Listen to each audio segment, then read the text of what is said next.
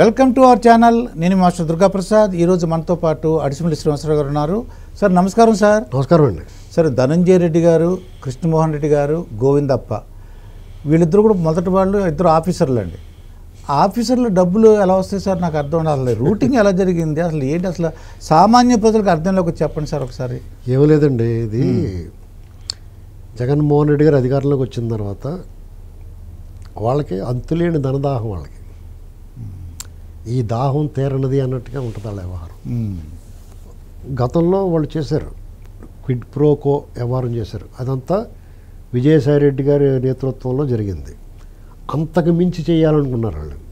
అంటే కొద్దిగా ఒకసారి జరిగినప్పుడు మనం తప్పు సరిదిద్దుకుంటాం. తప్పుదిద్దుకుంటూ ఎందుకుంటుంది, వాళ్ళకి అలవాటు అయిపోయి పని కదా. ఇప్పుడు దొంగతనాలు ఈ అమాసు చేశామని చెప్పేసి మళ్ళీ అమాసు చేయటం మానేస్తాడు, మళ్ళీ అమాసు రాగానే ఇంకో దొంగతనం చేస్తాడు. అప్పుడు అధికారంలో ఉన్నారు, చేశారు. మళ్ళీ అధికారం వచ్చిందారు, ఎందుకు మానేస్తారు?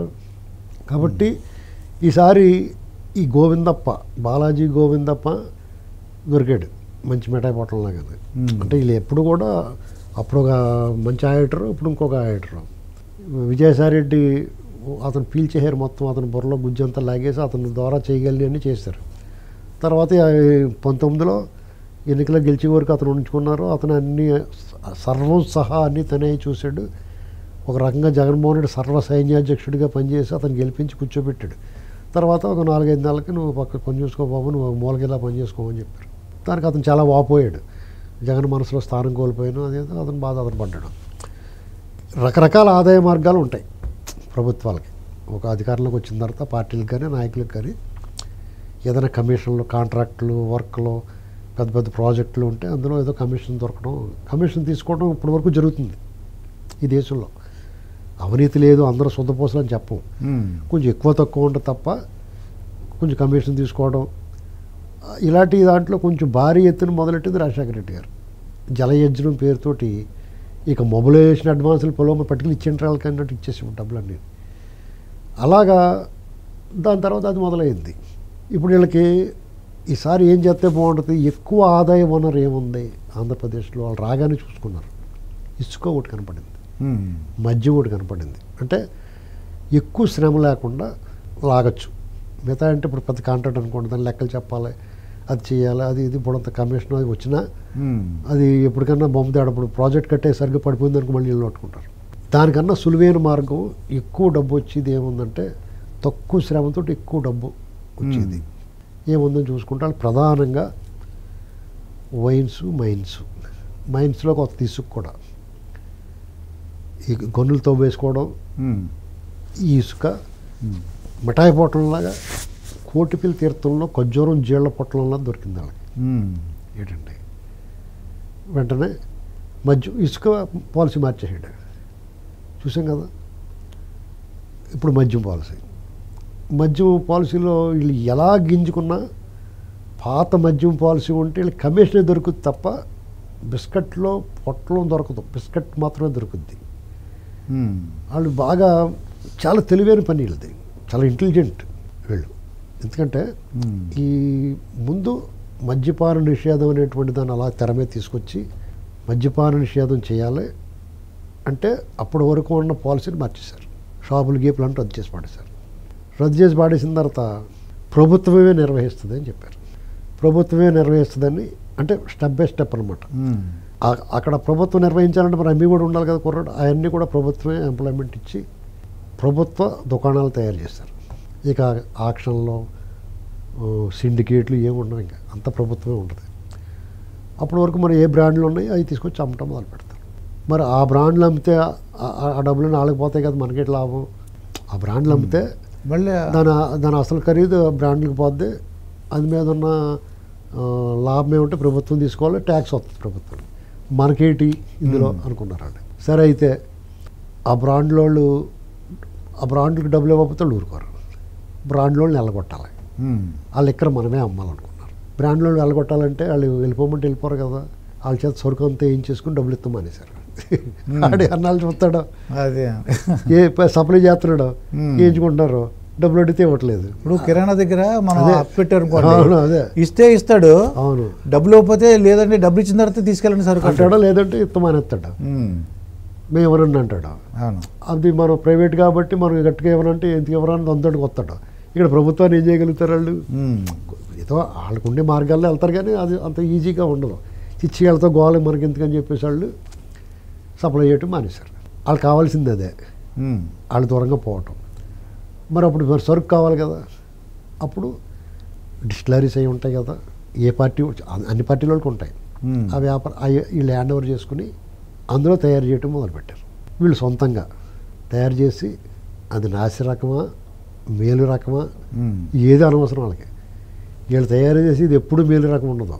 మేలు రకం అమ్ముదో మధ్య అనుకున్నవాడు వాళ్ళకి ఆ కెపాసిటీ ఉండదు, వాళ్ళకి ఆ స్థాయి ఉండదు, ఆ విజ్ఞానం ఉండదు, ఆ టెక్నాలజీ ఉండదు. కాబట్టి అయ్యే అమ్ముదురు. ప్రజలకి నాణ్యమైన మద్యం అమ్మాలనుకున్నప్పుడు బ్రాండ్లే అమ్ముదురు వాళ్ళు. ప్రజలు ఎలా పోతే మాకెందుకు, వాళ్ళ ఆరోగ్యం ఎలా పోతే మాకెందుకు, మా సంబంధం లేదు. వాళ్ళ కిడ్నీలు కుళ్ళిపోయినా పేగులు పుల్లడిపోయినా మాకు అనవసరం, మాకు డబ్బు కావాలనుకున్నారు, వాళ్ళు తయారు చేయడం మొదలుపెట్టారు. ఇక నాసి రకం అంటాక లేదండి, విషాన్ని అమ్మారు. దానికి రేట్లు నిర్ణయించారు. బ్రాండ్లు వాళ్ళ స్టూడెంట్ పేర్లు పెట్టారు. స్పెషల్ స్టేటస్ అని, ప్రెసిడెంట్ మెడల్ అని, బూమ్ బూమ్ అని రకరకాల పేర్లు పెట్టారు.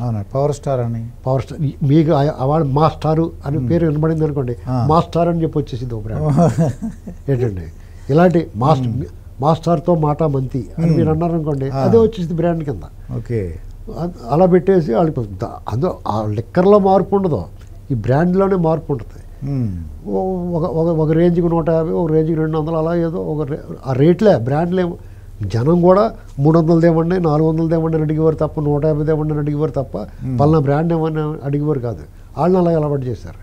ఏమిటయ్యా ఈ రేట్లు దారుణం అంటే ఏమన్నాడు, రేట్లు ఎక్కువైతే తాగటం మానేస్తాడు అన్నాడు. తాగటం ఎందుకు మానేస్తారండి? దానివల్ల ప్రజల మీద పరోక్ష భారం కూడా పడింది తెలుసా మీకు? ఒక 500 రూపాయలు కూలికెళ్ళేవాడు ఈ 300కి ఇది కొనుక్కోవాలంటే ఏం చేస్తాడు? 300 అవతలోడు పెంచేసేవాడు. 500 దొరికి కూలోడు 800 పడింది. నిర్మాణ రంగం వాళ్ళకి అందరికీ బ్రాండ్ పడిపోయింది. అతనికి లాభం, అతని ఆరోగ్యం పోయింది తాగేవాడికి. వీళ్ళ ఖజానా మాత్రం నిండింది. అది తెచ్చింది ఇప్పుడు వాళ్ళకేంటి ప్రయోజనం అంటారా? అంటే గవర్నమెంట్దే కదా అని. అవును, గవర్నమెంట్ ఎవడు మాట్లాడినా గవర్నమెంట్ అమ్ముతుంది, ఏమి వచ్చినా గవర్నమెంట్కి ఆదాయం అంటారు. కాదండి, వాళ్ళు లెక్క చూపించరు కదా ఎంత మీరు, అంత క్యాష్ అండ్ క్యారీ కదా. నీకు లెక్క ఎవడు చెప్పాలి? వాళ్ళే చెప్పాలి. దొంగోళ్ళు లెక్క చెప్తాడు, ఎంత దొబ్బేయడా ఆడు, ఎంత దొబ్బేసాడు చెప్తాడు, ఎంత దొబ్బేసాడు అని చెప్తాడా? వాళ్ళు 100 బాటిల్స్ స్టాక్ పెడితే 10% అంటే 10 బాటిల్స్ డబ్బు అమ్మి అందంగా ప్రభుత్వానికి కట్టేవారు. అందులోంచి ఆ బాటిల్ సప్లై చేసిన లెక్కర డబ్బులు మళ్ళీ వాళ్ళు తీసేసుకునేవారు. అందులోంచి లాభమే పన్ను ప్రభుత్వానికి. మిగతా 90% ఉన్నది చూసారా, అందులో ప్రతి రూపాయి వాళ్ళకి వెళ్ళిపోయింది.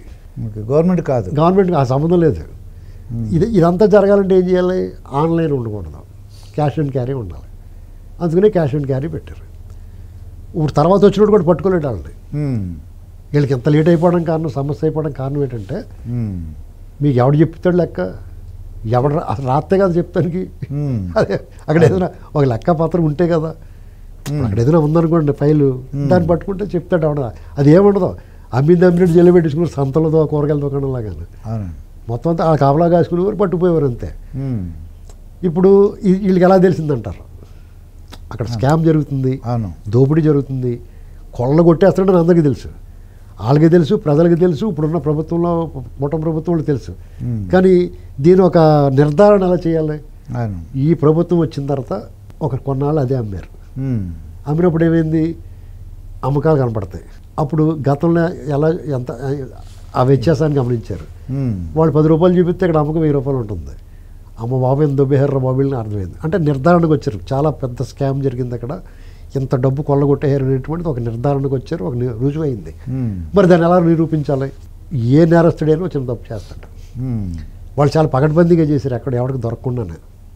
మహా మేధావులు బాలాజీ గోవిందప్ప, రాజకేశ్ రెడ్డి, ధనంజయ రెడ్డి, ఓఎస్టీ కృష్ణమోహన్ రెడ్డి, వీళ్ళు ఎలాంటి మహామహులు కదా వీళ్ళందరూ, మిథున్ రెడ్డి, వీళ్ళందరూ. జగన్ మాత్రం ఇటువంటి టీము దొంగల్లో ఇలాంటి పెద్ద మంచి ముదురులను పెట్టుకుంటాడు. మీరు ఏం పిలుమగలేస్తే కనిపెట్టలేరు. కానీ వాళ్ళు చేసిన ఒక క్లూ వదులుతాడు నేరస్తుడు ఎప్పుడు కూడా, చిన్న క్లూ దొరుకుతాడు. బాటిల్స్ ఉంటాయి కదా, వీళ్ళు మరి ఉత్తనే ఇలా పోయారు కదా చేతిలో, బాటిల్స్లో నమ్మాలి కదా. ఆ బాటిల్స్ ఇండెంట్, బాటిల్ ఇండెంట్ పెడతారు కదా, 1,00,000 బాటిల్స్ కావాలి, లేకపోతే 6 లక్షల బాటిల్స్ కావాలని పెడతారు కదా. అది ఎవడో ఒకటి సప్లై చేసేవాడు. అది 7 రూపాయలు ఉండేది బాటిల్. దాన్ని 9 రూపాయలు చేసి ఇళ్ళోడికి ఇచ్చుకున్నారు, 2 రూపాయలు పెంచి. అలాగే పెట్టిన ఇండెంట్ ద్వారా వచ్చిన బాటిల్స్ అమ్మకానికి వాళ్ళు పెట్టిన ఇండెంట్కి డిఫరెన్స్ దొరికింది. అది అక్కడ పట్టుకున్నారు. అక్కడ పట్టుకుని అక్కడ అమ్మే వాళ్ళ దగ్గర నుంచి అలా ఒక్కొక్క తీగ లాక్కుండా వస్తే జీళ్లపాకంలా సాగింది. కోటిపల్లి శివరాత్రి కోటిపల్లి తీర్థంలో జీళ్ళు చేస్తారు, ఇలా పెట్టి లాగుతుంటారు. ఒక దొంగ కేసు లాగుతూ ఉంటారు చూడండి, అలా సాగదీసి చుట్టు పెట్టి గట్టి రాయిలాగా అయిపోద్ది. అలాగే ఇప్పుడు వీళ్ళు తగిలేసుకుంది బేరం. విజయసాయిరెడ్డిని పిలిచారు, పోరు బాబు నన్ను వదిలేసాడు, నాకు ఆయనకి సంబంధం లేదు, మా ఇంటికాడే మీటింగ్ జరిగింది, ఇదంతా మా ఇంటికాడే వేసారు ప్లాను, కానీ నాకేం సంబంధం లేదండి బాబు, ఆడలేరండి అని చెప్పేసాడు. ఆ రాజగసిరెడ్డిని పట్టుకున్నారు, మొత్తం అలాగే కింద మీద పడి దాక్కున్నాడు, తప్పుకున్నాడు. నాకేంటి భయం, నాకేంటి సంబంధం అన్నాడు. నీకేంటి సంబంధమో చెప్తాం రా అని చెప్పి చూపించారు. ఇదంతా నాకేం లేదు, అంతా వాళ్ళే చేయించమన్నారు, వాళ్ళ కోసమే చేశానని చెప్పేసాడు. అప్పుడు ఈ ధనంజయ రెడ్డి, మిథున్ రెడ్డి, ఈ బ్యాచ్ అందరినీ వెళ్తుంటే మిథున్ రెడ్డి గారు మా నాన్న చెయ్యి ఇరిగిపోయింది, కాలు ఇరిగిపోయింది, నాకు బెయిల్ కావాలండి, తర్వాత అక్కడే చూసుకోమని. ఇప్పుడు అతను మరి అరెస్ట్ చేయాలి, మరి ఏం చేస్తారో చూడాలి. ఈ లోపల ఈ కృష్ణమోహన్ రెడ్డి, ధనంజయ రెడ్డి సుప్రీంకోర్టు పోయారు. మేమేం చేస్తామే బాబు, మీరు అక్కడే చూసుకోవాలన్నారు, మళ్ళీ ఎందుకు వారం దాకా అరెస్ట్ చేద్దాం. ఇదే వచ్చింది తలకాయ పోటు. ముందు తేల్చుకున్నాడే బాబు, వెళ్ళండి విచారణ సహకరించండి, పోయి రండి ముందు అని చెప్పుకుంటూ మానేసి వాళ్ళకి వెసులుబాట్లు ఇస్తున్నారు. మరి దేవతలకు మనం నమస్కారం పెట్టుకోవాలి. ఈ బాలాజీ గోవిందరెడ్డి అలాంటి ఏం ప్రయత్నం లేకుండానే జాగ్రత్తగా ఈ డబ్బు అంతా అక్కడ యలహంకలో మెయింటైన్ చేస్తా, బంగారం కొని భూములు పెట్టి దాన్ని ఇంకా పెద్దదాన్ని చేసి దేశం దాటించేసి, అసలు ఆ బుర్ర మామూలు బుర్ర కాదు, భూచక్రం తిన్నట్టు తిరిగేస్తుంది లోపల మైండ్లోనే చేసి దాన్ని జగన్మోహన్ రెడ్డికి అత్యంత ఇష్టడైపోయాడు. డబ్బులు సంపాదించి కోట్లు, వేల లక్షల కోట్లు చేస్తున్నాడు ఈ దొబ్బేసిన డబ్బు అంతా. టకాల మంది దొరికాడు అతను. ఇప్పుడు అతను ఏం చేస్తాడో ఏం చెప్తాడో చూడాలి. తెలియదు, గుర్తులేదు, మర్చిపోయినట్టు కుదరదు. ఏంటంటే ఇవన్నీ ముందు పెడతారు. ఈ గోల్డ్ ఎలా వచ్చింది? నెక్స్ట్ ఈడీ ఎంటర్ అయిపోతుంది, ఎంటర్ ది డ్రాగన్.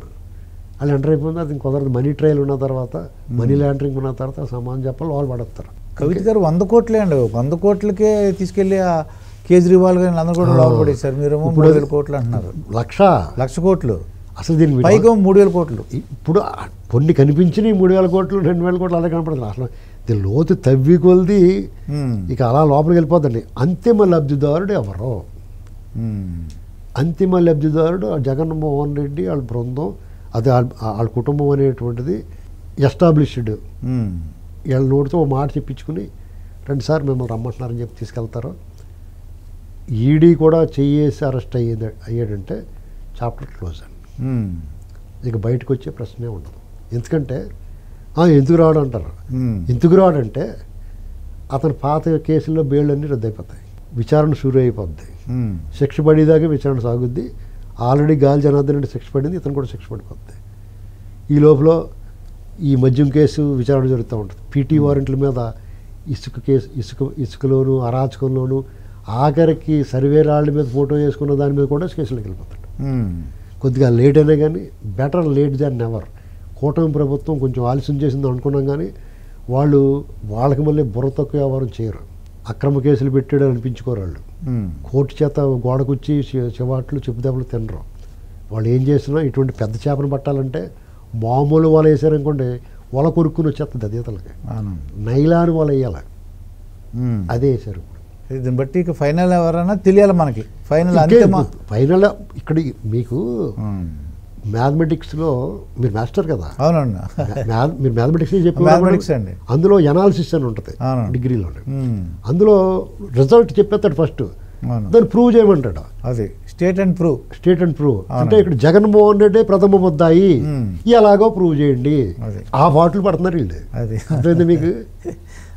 అది కానీ నేను మ్యాథమెటిక్స్ స్టూడెంట్ అండి. అది బాధ ఏంటంటే ఆఫీసర్లు చేశారన్న బాధ ప్రజలు కొద్దిగా అనుకునేది ఏంటంటే, ధనంజయ రెడ్డి గారు, అది ఓడి కృష్ణమోహన్ రెడ్డి అందరూ ఆఫీసర్లు అండి, పొలిటీషియన్స్ కాదు. అది కొద్దిగా విచిత్రమైన విషయం. మీకు జగన్మోహన్ రెడ్డి దగ్గరికి వెళ్తే వాడు ఆఫీసరా, లేకపోతే చిన్న ఉద్యోగ, లేకపోతే రాజకీయ నాయకుడా, లేకపోతే రోడ్డును పోయేవాడా, ఏమి సంబంధం ఉండదండి. అందరూ ఒకే తాను ముక్కల కింద ఉంటారు. మాకందరికీ దొంగతనం ఇష్టము, మేము దొంగతనం చేయకపోతే బతికుండలేము, అవినీతి అరాచకం మాకు మా ప్రాణము అని చెప్పి ప్రదర్శన చేస్తారు వాళ్ళు. సీతారామాంజనేయులు ఎలాంటి ఆఫీసర్ అండి? అవునండి. సునీల్ కుమార్ గారు ఎలాంటి ఆఫీసర్ అండి? జవహర్ రెడ్డి ఎలాంటి ఆఫీసర్ అండి? అవునండి. వీళ్ళందరూ ఏం చేశారు? కాంతిరన్న టాటా వీళ్ళందరూ కూడా యువ ఆఫీసర్లు, యువ అధికారులందరూ కూడా వాళ్ళు భవిష్యత్తు పాటు చేసుకోవాలి. మీకు అతను సజ్జన సాంగత్యము దుష్టజన సాంగత్యం అంటారు. అందుకనే మీ సాంగత్యం, మీ స్నేహం, మీరు ఎవరి జతలో ఉన్నారు, ఎవరి మార్గంలో నడుస్తున్నారు, ఇది చాలా ముఖ్యమండి. అదే మీరు జగన్మోహన్ రెడ్డి వాళ్ళ నాన్న రాజశేఖర రెడ్డి లైన్లో నడిచిన వాళ్ళందరూ కూడా వాళ్ళ నాన్న హయాంలో ఐఏఎస్లు జైలు పోయారు. నేనైనా తక్కువ తిన్నానా, నేను ఐపీఎస్లు కూడా పంపిస్తానని.